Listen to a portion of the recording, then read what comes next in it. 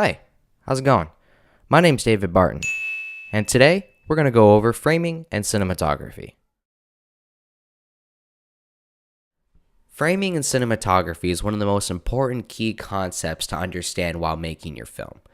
It's to guarantee that you get the best shot. Just ask the Coen brothers. Sat right here in this room and went over this and over this. Yeah, but that True Coat. I sat right here and said I didn't want any True Coat.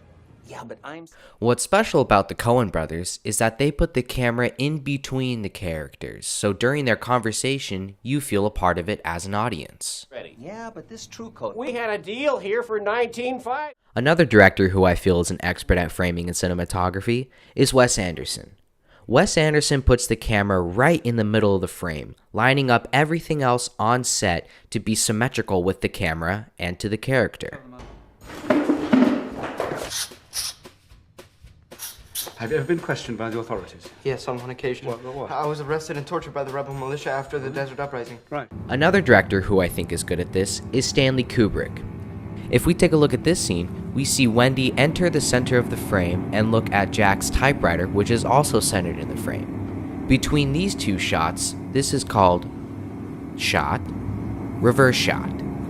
It's what the character is looking at, and then showing the audience what the character is looking at, and cut back to the character's reaction. So, why is framing and cinematography important?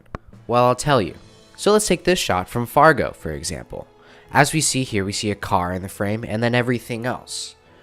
The Coen brothers could have done just inside of the car of the character driving it, but instead, the Coen brothers decided to do a wide shot so as an audience we gather more information about the scenery and the character and where he or she is. To learn cinematography, here are a few techniques to help you out. Composing a shot within a frame. In your frame, you have your shot, where your characters are, your location, things like that. And really, attention to detail is important here. Putting things in the frame that mean something to the story are little Easter eggs that the audience can kind of figure out once the movie goes on. Some other concepts, such as the wide shot, the medium shot, and the close shot. The wide shot is an emphasis of the scenery or location around the subject. This gives the audience more information into the story. A medium shot is relative to the subject. This means that the shot is much closer than a wide shot, and at the point where we're able to see the character's facial expressions and other details. Murder of Madame Celine Villeneuve de Goffin taxis. I knew there was something fishy. We never got the cause of death. She's been murdered. And you think I did it. The close-up. Close-ups are probably one of the most important methods in film because the focus is completely dedicated to one object or the character.